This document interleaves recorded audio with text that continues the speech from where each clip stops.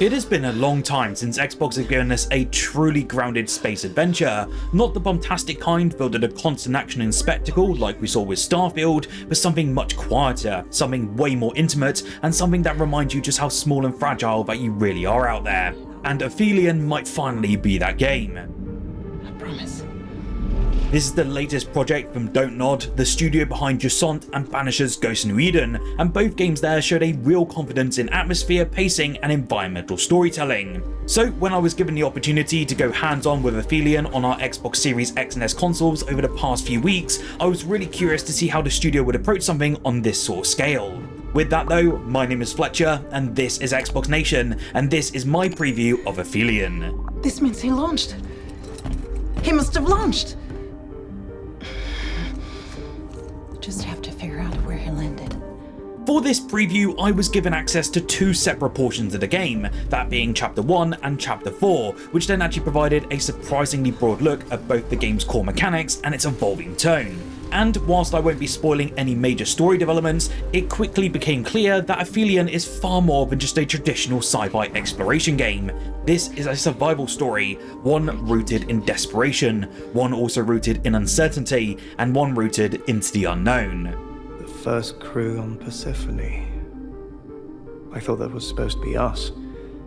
Aphelion though takes place in the year 2060, at a time where Earth has become uninhabitable, forcing humanity to search for a new home amongst the stars. Your mission as ESA astronaut Ariane is to survey a distant planet known as Persephone, a frozen and hostile world at the very edge of the solar system that may represent humanity's final chance at utter survival.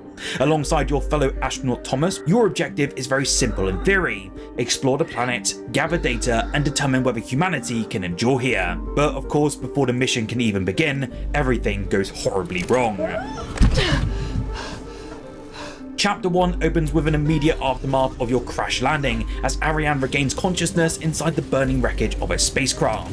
There'll be a lot of flames around you, twisted metal will block your path forward, and for a brief moment you just hang there helplessly upside down, disorientated and alone in a world that clearly does not want you there.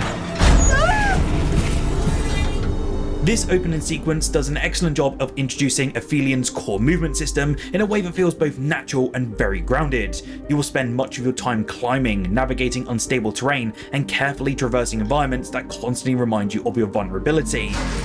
I mean, there's even moments where sort of structures are falling. Ultimately, you're going to these sort of different cutscenes where you'll be falling down, sliding, having to maneuver around obstacles, and ultimately not plunge to your death.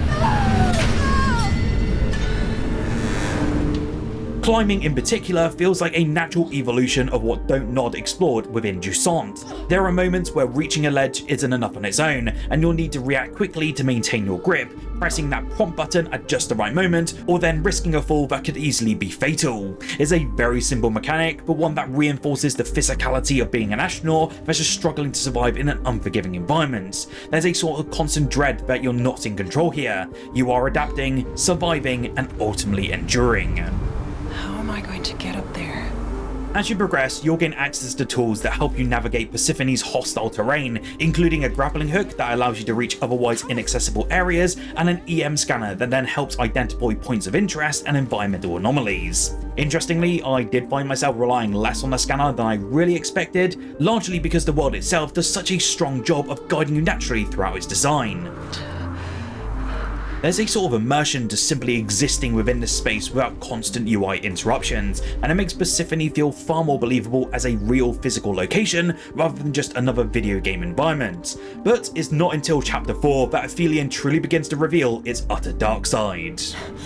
Not now. Without diving too deeply into spoilers, this later chapter sees Ariane attempting to reach a key research site deeper within the planet, and it's here where the tone shifts dramatically. What starts as another exploration sequence quickly becomes something far more tense, and the game then introduces you to a mysterious entity known only as the Nemesis. What are you? At first, you won't see it. You hear it from distant clicks, low unnatural sounds will echo through the ice, and slowly that realization sets in that you're really not alone. The Nemesis is one of the most unsettling creatures that I've encountered in a game like this today, not only because of what it does, but because of how it behaves. Its movements feel jagged and unnatural, its presence unpredictable, and its design carries a sort of eerie vine-like structure that makes it feel less like a creature and more like something that shouldn't exist at all.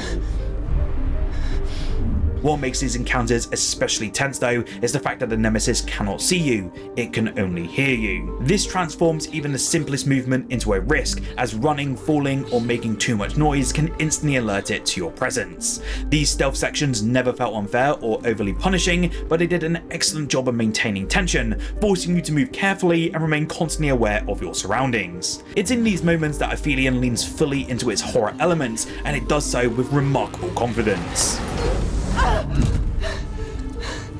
Beyond these encounters though, Chapter 4 also introduces some new mechanics tied to your EM scanner, allowing you to now interact with environmental anomalies in a way that directly affects your traversal. By matching the different frequencies, you can then reveal hidden pathways or alter sections of the environment itself, opening up entirely new routes forward.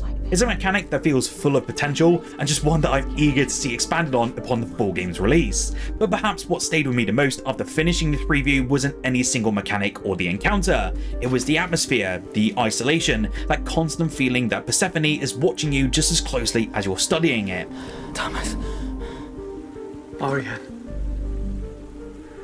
I don't know what this is, but it changes everything. It is also worth noting that we only got a very brief glimpse of Thomas, the secondary astronaut, as it looks as though you will be able to play as the second astronaut in different chapters. It is said that he survives the crash of their ship, but not unscathed. He is alive, but seriously injured in an unknown part of Persephone, where he'll also set out to find Ariane, but he too makes a crucial discovery that will call into question the very nature of the Hope 01 mission. I do expect more details nearer to launch, and I cannot wait to see what happens to both of the astronauts. From a technical standpoint though, Don't Nod has indicated that the game is currently targeting 30 frames per second, which may disappoint some players hoping for a higher performance. However, based on my early experience so far, that slower pacing and cinematic presentation do complement this approach, even if I would still personally welcome a 60 FPS option if that was possible. It's also worth noting that Aphelion is now scheduled to release in spring 2026 for the Xbox Series X and S, PlayStation 5 and PC, and it will be available day one on Xbox Game Pass as well as supporting Xbox Play Anywhere. Based on what I've played so far though, Aphelion feels like a confident step forward for Don't Nod, a game that prioritizes atmosphere, vulnerability and storytelling over spectacle. It's not trying to overwhelm you with its constant action, but instead draws you in slowly, allowing its world, its tension and its mystery to unfold naturally. And honestly, I just cannot wait to go back. If you do want to hear more about Aphelion in the coming months though, and you want to hear my review and also some other videos surrounding it in the near future, then do make sure to subscribe down below and hit that like button if you enjoyed this preview video. Whilst here though, and if you want to check out some more amazing Xbox content here on the channel, why don't you check out the video on screen now. I recently covered the massive Xbox news that occurred over the past week, and there's a few things that you want to know about this one, especially as Xbox are actually removing a community feature that was so loved.